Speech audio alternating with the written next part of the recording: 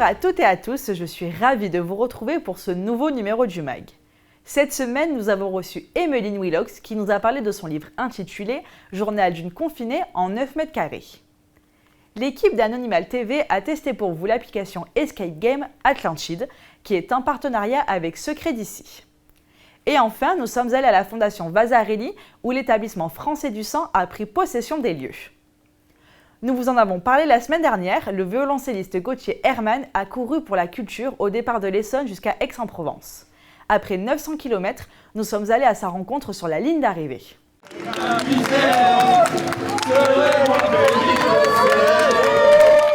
Je suis musicien, je suis violoncelliste et je suis ultra-trailer. Et on a eu l'idée, avec quelques amis, d'organiser cette tournée qui s'appelle, cette course complètement folle, qui s'appelle « Je cours pour la culture ».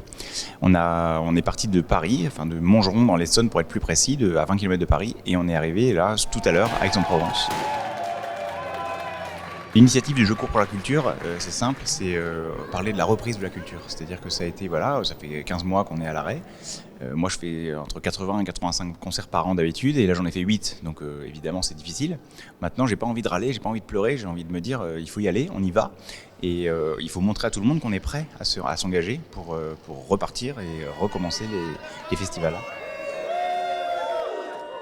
Une des premières raisons de cet événement, c'est la reprise du spectacle vivant. C'est-à-dire que moi, je pense que c'est très dangereux ce qui se passe. C'est-à-dire que l'homme est très intelligent, l'homme avec un grand H bien sûr, et on a trouvé des solutions pendant cette pandémie pour réussir à créer, quoi qu'il en coûte, d'ailleurs souvent avec très peu de moyens, des événements digitaux de très haute qualité. C'est très facile à faire aujourd'hui. Et je me dis, il ne faut pas que ça remplace le spectacle vivant. Donc c'était très important. On a proposé à toutes les mairies dans lesquelles on est passé, dans les 13 mairies, on a proposé des concerts. Et en fait, on n'en a pas fait 3, on en a fait 5. Alors c'était bien sûr pas une insurrection, donc toujours dans le respect du protocole sanitaire. Et on n'a pas appelé ça des concerts, mais des moments de musique, parfois chez l'habitant, avec 15 personnes. Parfois vraiment organisés par les mairies, mais voilà, dans des lieux qui permettaient de respecter complètement les conditions sanitaires. Voilà, on a voyagé à travers toute la France, on a traversé des champs, la campagne, des forêts, des routes, des villes, des villages. On avait fait exprès de faire des étapes dans des tout petits villages de quelques centaines d'habitants, dans des petites villes, moyennes villes, grandes villes. Et c'était pour nous l'occasion d'avoir un aperçu de la France. Ça faisait longtemps qu'on n'en avait pas profité comme ça de notre pays. Il est sublime, la France est sublime. J'ai juste envie de vous dire que maintenant qu'on y a pris goût, là je vais laisser reposer le corps, mes copains aussi, mais c'est tout à fait possible que vous nous recroisiez sur les routes dans pas très longtemps. Le confinement l'aura aidé à trouver l'inspiration. Emmeline Willox est venue sur notre plateau pour nous parler de son livre « Journal d'une confinée en 9 mètres carrés ». Bonjour à toutes et à tous, je suis ravie de vous retrouver pour un nouvel interview. Aujourd'hui, nous avons en notre présence Emmeline Willox, une jeune écrivaine qui nous présente son ouvrage « Journal d'une confinée en 9 mètres carrés ». Bonjour Emmeline. Bonjour. L'envie d'écrire chez vous, comment est-elle née ? Chez moi, l'envie d'écrire, elle est née parce que j'ai participé à un concours d'éloquence qui s'appelle Éloquentia Marseille, donc c'est la première édition en 2018. Et en fait, voilà, on devait faire des textes, donc on avait des sujets, je ne sais plus si c'était chaque semaine ou toutes les 2 semaines. On avait à chaque fois un sujet, on devait préparer un texte, et après on devait le déclamer devant un jury. Et en fait, donc je suis arrivée comme ça jusqu'en demi-finale. Et de là, je trouvais en fait l'exercice vraiment intéressant et ça me plaisait beaucoup en fait. Je mettais même mes études de côté à ce moment-là. Et donc voilà, et quand j'ai terminé Éloquentia, je me suis dit, il va falloir que je trouve un autre moyen d'écrire. Et puis je me disais, ça viendra aussi un peu à moi, parce qu'il me fallait un cadre en fait quand même. D'accord. Et qu'est-ce qui vous a poussé à écrire ce livre et surtout à le publier ? Ce qui m'a poussée à l'écrire, mais en fait, moi, j'écrivais des textes sur Facebook, des petits textes de ma journée, où je racontais ma journée. C'était plus pour m'occuper, me donner un semblant de cadre aussi dans ma vie, parce qu'au moment du premier confinement, c'était, je pense qu'on était tous un peu... Il n'y avait plus trop de repères temporels, quoique je travaillais quand même, mais j'ai eu pas mal de congés. Donc voilà...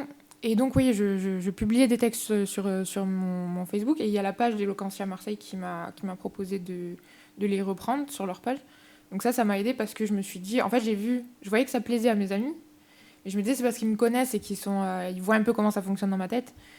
Et après, j'ai vu que ça plaisait aussi à des inconnus. Et je me suis dit, ça, c'est intéressant parce que du coup, c'est abordable, en fait. Les gens comprennent. Bon, voilà, il n'y a pas de... Malgré mon rythme un peu sans virgule, un peu rapide comme ça. Et en fait, au milieu du confinement, je me suis dit, je vais penser à le publier. Et justement, pourquoi avoir choisi d'écrire sur le thème du confinement ? En fait, comme c'est ce qu'on vivait à ce moment-là et que moi, je le vivais très mal parce que ça s'est fait un peu... brutalement, en fait, l'annonce du confinement, et même si on s'en doutait un peu, mais voilà. Et tous mes amis d'ex, enfin, la plupart sont partis. Et du coup, je me suis dit, le soir, je vais faire un peu un petit recap de ma journée pour me faire un peu une trame, parce qu'il se passait rien d'extraordinaire, c'est bien pour ça que j'ai écrit. Si c'était passé quelque chose de fou, je l'aurais peut-être pas écrit. En quoi l'écriture a été un échappatoire pour vous ? L'écriture, ça a été une échappatoire parce que pendant le confinement, on s'est tous retrouvés plus ou moins, voilà, entre quatre murs. Voilà, même si moi j'étais en 9 mètres carrés, je pense que c'était un peu le cas pour tout le monde. On se retrouve un peu là, il y en a beaucoup qui n'ont plus leur travail. Et donc, moi, c'était une situation qui m'angoisse un petit peu, qui m'enchantait pas, hein, comme tout le monde. Et donc, le fait d'écrire, ça m'a permis de réinventer un peu le quotidien et de créer un peu quelque chose de nouveau. Voilà, je me disais, je vais prendre un détail de ma journée, je vais l'étirer comme ça et en parler, alors que, bon, à la base, on voudrait pas en entendre parler, mais voilà. D'accord. Et d'où vient ce besoin de vous exprimer, de partager votre expérience à travers l'écriture ? Le besoin de m'exprimer, je pense qu'il est là depuis longtemps, mais je pense que je ne savais pas exactement comment m'y prendre avant. Et je pense aussi qu'il est dû à mon histoire, à mon passé, qui fait que mon passé donc, d'enfant placé, mais qui a été entrecoupé. Mais voilà, en fait, cette histoire-là a fait aussi que j'ai aussi mal vécu, je pense, le confinement, parce que ça m'a ramené à des choses pas très gaies. Et de là, en fait, comme j'ai eu l'impression un peu des fois de ne pas avoir la parole, même si j'ai quand même toujours trouvé les moyens de me faire entendre, mais c'était assez compliqué. Là, l'écriture, pour moi, c'était le moyen idéal pour prendre la parole et dire ce que j'avais à dire, en fait. Et maintenant, pour moi, j'ai besoin de m'exprimer, il faut qu'on l'entende. Et justement, quel message souhaitez-vous faire passer à travers votre ouvrage ? À travers le journal, moi, c'est quelque chose de très positif, en fait. Hein. Même si, voilà, à travers les pages, certaines personnes ont senti un peu de détresse et on sent que j'étais pas non plus hyper joyeuse, parce que même si c'est humoristique, voilà, c'était pas hyper gai. C'est quelque chose quand même, voilà, c'est un message d'espoir de se dire, en fait, d'une situation comme ça où on se retrouve bloqué. Bon, après, elle est relativement confortable parce que j'étais quand même chez moi, voilà, hein. C'était pas non plus la guerre, mais d'une situation comme ça, il peut naître quelque chose de beau, et on peut en rire, et par le rire, justement, et par l'écriture, tout ça, on peut transformer ça. Donc, moi, c'est un message vraiment d'espoir et d'espérance. Ouais. Et justement, en quoi le confinement a été une épreuve pour vous, non seulement en tant que personne, mais aussi en tant qu'étudiante ? Oui, en tant que personne, oui, c'est compliqué, parce que voilà, pour les raisons que je disais avant, et puis des raisons évidentes qui sont l'enfermement. Plus ou moins, on est un peu privé de nos libertés quand même. Et sinon, en tant qu'étudiante, alors pour moi, ça n'a pas changé grand-chose à la base, parce que j'avais déjà choisi de faire mes études à distance 1 an auparavant, il me semble. Donc j'étais déjà habituée, voilà, aux cours à distance. Moi, j'avais pas des cours en visio, j'avais des cours en PDF. Donc c'était beaucoup plus simple.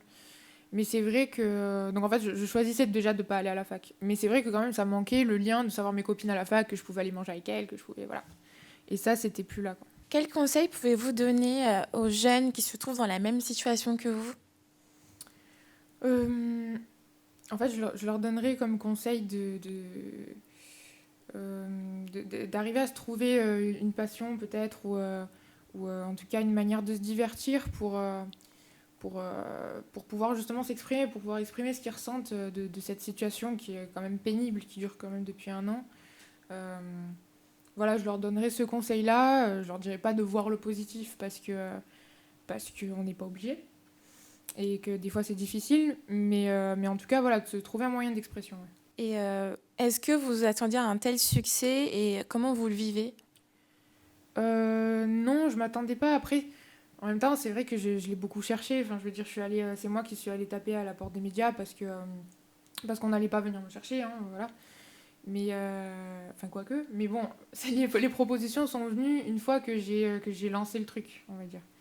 Et mais bon, c'est vrai que je m'imaginais pas que ça fasse autant de bruit, mais bon, après, de fil en aiguille, en fait, les choses se font. Un média qui est contacté, un autre le voit, a envie de me contacter, et puis moi, je trouve ça vraiment super.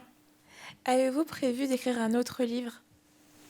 Alors oui, ça reste, c'est certain. J'écrirai un autre livre.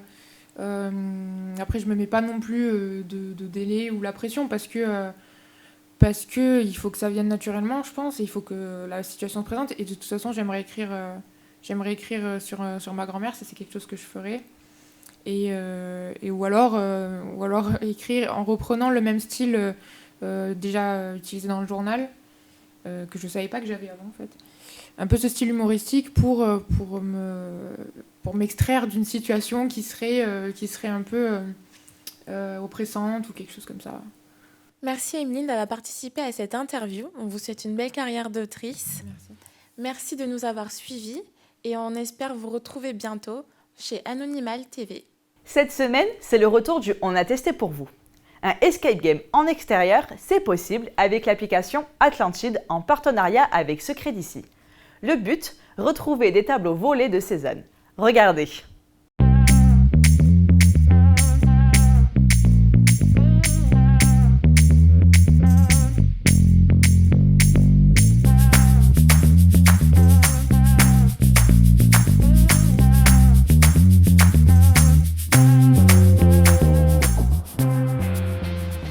Salut, donc aujourd'hui on va faire On a testé pour vous et ce sera avec l'application Atlantide, avec les guides conférenciers Secret d'ici qui sont partenaires avec l'Office de tourisme pour un escape game grandeur nature dans le centre-ville d'Aix-en-Provence.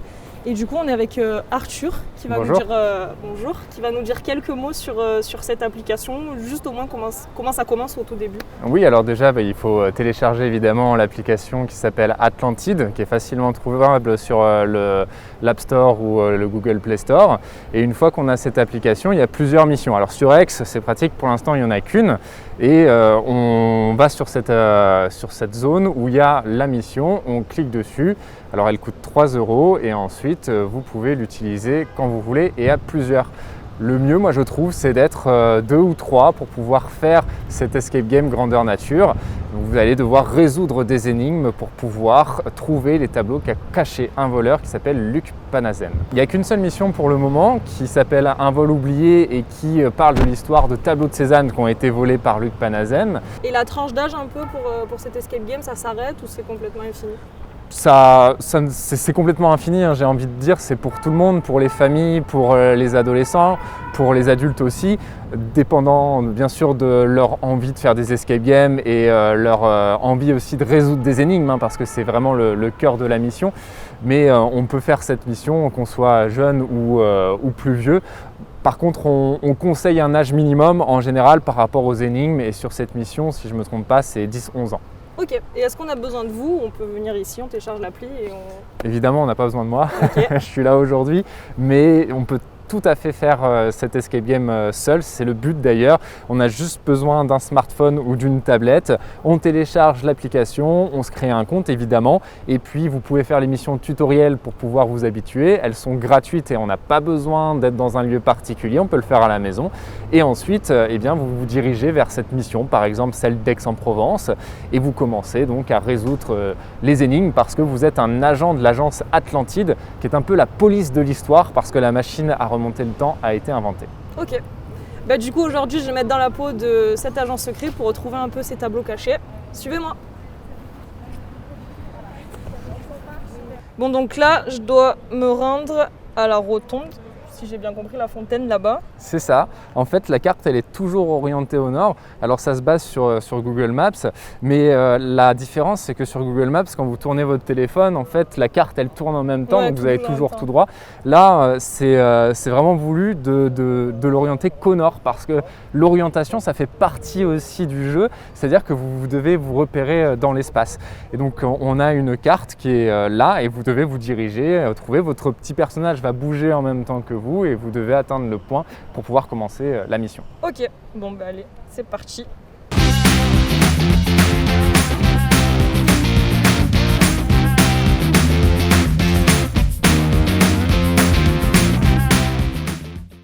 Donc là je suis arrivée dans mon premier point pour commencer la mission.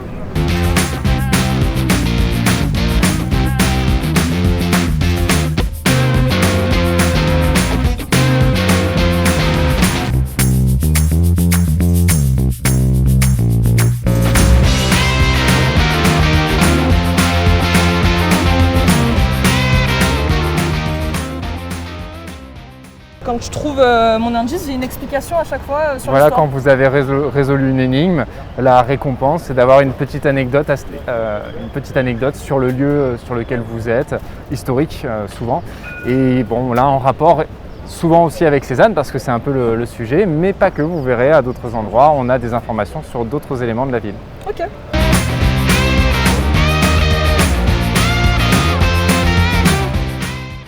Je voulais savoir du coup toutes ces explications, le chemin, etc. Vous avez aidé à la conception de Oui, l'appli? c'est ça, on a fait le scénario, c'est ce crédit ici qui s'est occupé de la partie historique et du scénario. Et tout ce qui est technique, c'est l'application Atlantide qui le porte, notamment avec Romain Aymar, qui est l'un des fondateurs de cette application qui a vu le jour à Montpellier.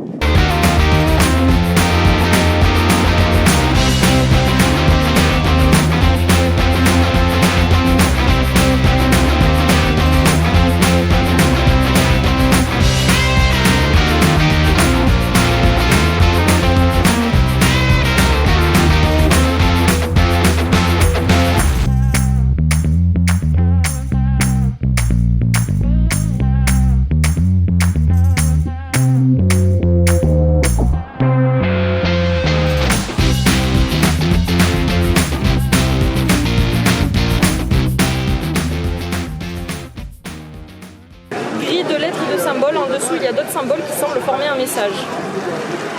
En dessous du truc. Donc le 1, c'est une horloge et une colonne. C'est pas celui de l'Amérique. Et il y a bleu et rouge, tu vois ce que je veux dire?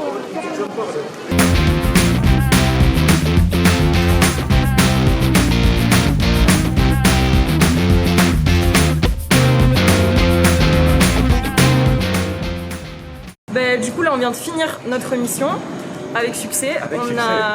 Avec succès, oui, avec on peut la succès. tester. Et du coup on a un petit récap de ce qu'on a fait. On a parcouru 3 km dans Aix, ça a duré 1h16. On a utilisé 13 indices. On n'est pas non plus les plus forts. Oui, mais c'est pas pénalisant. C'est-à-dire Oui. qu'on peut utiliser des indices, ça n'influe pas sur le résultat de la mission. Ok. Écoutez, moi je vous invite à télécharger cette application qui peut être très sympa pour faire du tourisme dans Aix-en-Provence, qu'on y habite ou non. Ça donne envie d'en refaire d'autres et avec de nouvelles histoires. Est-ce que vous savez à peu près quand est-ce qu'on pourra avoir un nouvel épisode? Oui, on compte en faire plusieurs. Et le prochain devrait sortir dans un bon mois, je dirais, en fonction de la technique derrière. On a encore quelques petites choses à régler. Et ce sera sur un événement qui s'est passé à Aix-en-Provence qui s'appelle la pluie de sang. C'est arrivé en 1608 et c'est un grand personnage d'Aix-en-Provence qu'il va falloir aider pendant la mission qui s'appelle Monsieur Péresque. Ok. C'est un grand savant du XVIIe siècle qui est né pas très loin d'ici à Belgentil. Ah oui, le planétarium d'ailleurs. Et exactement, c'est le nom du planétarium parce qu'il a fait énormément de choses, notamment il a travaillé sur l'astronomie et on découvre d'ailleurs un petit peu ce qu'il a fait à la fin de la mission, la prochaine mission qu'on va faire. Et ce sera dans le centre aussi? Ce sera dans le centre, effectivement, on va partir au niveau du palais comtal et puis on remontera dans la ville d'Aix-en-Provence jusqu'aux alentours de la cathédrale. Bon, on va attendre ça avec impatience, ça va. Merci. Merci. Visiter la Fondation Vasarely et faire une bonne action, c'est possible. L'établissement français du sang a investi les murs du musée pour accueillir les donneurs et pour qu'ils puissent profiter des différents tableaux par la même occasion. Bonjour. Bonjour. J'ai rendez-vous à 13h30. qui se passe aujourd'hui, c'est un partenariat avec l'EFS.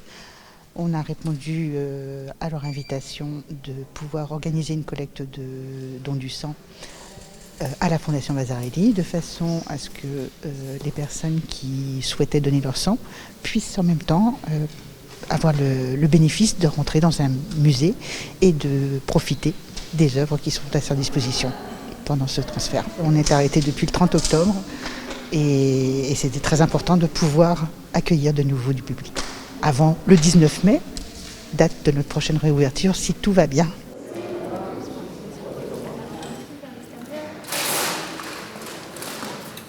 L'objectif, c'est de ramener des poches de sang parce que les établissements de santé de la région PACA en ont besoin. Et on est particulièrement ici, c'est un grand plaisir, c'est une grande joie de pouvoir utiliser ce lieu de culture emblématique d'Aix-en-Provence. C'est l'établissement français du sang qui les a sollicités parce qu'aujourd'hui, avec la fermeture des établissements d'enseignement supérieur, des universités, avec le déploiement du télétravail, il y a moins de place dans les facs pour nous accueillir, moins de facs dans les entreprises pour nous accueillir. Donc on essaie de pousser les portes et de rechercher des partenaires qui ont des mètres carrés disponibles pour pouvoir développer un maillage de collecte mobile les plus proches du territoire.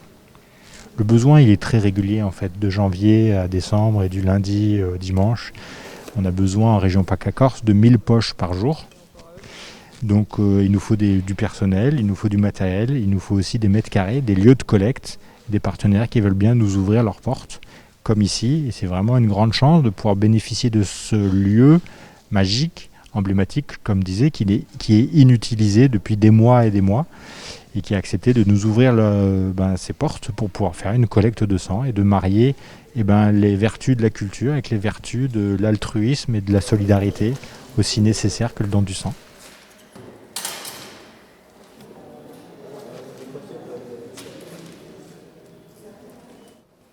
Oui, le don s'est très bien passé. J'ai l'habitude d'en faire 2 par an. Donc là, c'était l'occasion de le faire en même temps à la Fondation Vasarely et joindre l'utile à l'agréable. J'aime bien aller de temps en temps au musée. Donc là, c'est vrai que de pouvoir être dans un lieu culturel qui est normalement fermé, ça fait plaisir et vivement que tout réouvre. Pour l'instant, ça a l'air d'être une réussite. D'après ce que j'ai vu, tous les créneaux horaires avaient été pris. Donc ça représente quand même 90 dons. Et c'est bien, c'est très bien, c'est parfait. Avant de vous quitter, voici ce que vous pouvez retrouver aux alentours pendant les prochains jours. Demain, l'Office du tourisme propose une visite guidée d'Aix-en-Provence. Dans les rues de la vieille ville, vous aurez l'occasion de découvrir la vie du plus aixois des grands romanciers du XIXe siècle. Une flânerie littéraire et biographique à ne pas manquer. Ce dimanche 9 mai, vous retrouverez sur le cours Mirabeau toute la journée une brocante sur le thème de l'Antiquité. Une 60aine d'exposants vous y attendent. Et enfin, ce dimanche 9 mai également, la manifestation pour une vraie loi climat aura lieu en partant de la fontaine de la Rotonde. Elle débutera à 14h30. Vous pourrez y découvrir plusieurs associations autour de l'environnement. C'est la fin de ce numéro, j'espère qu'il vous aura plu. On se retrouve la semaine prochaine pour un nouveau mag sur Anonymal TV.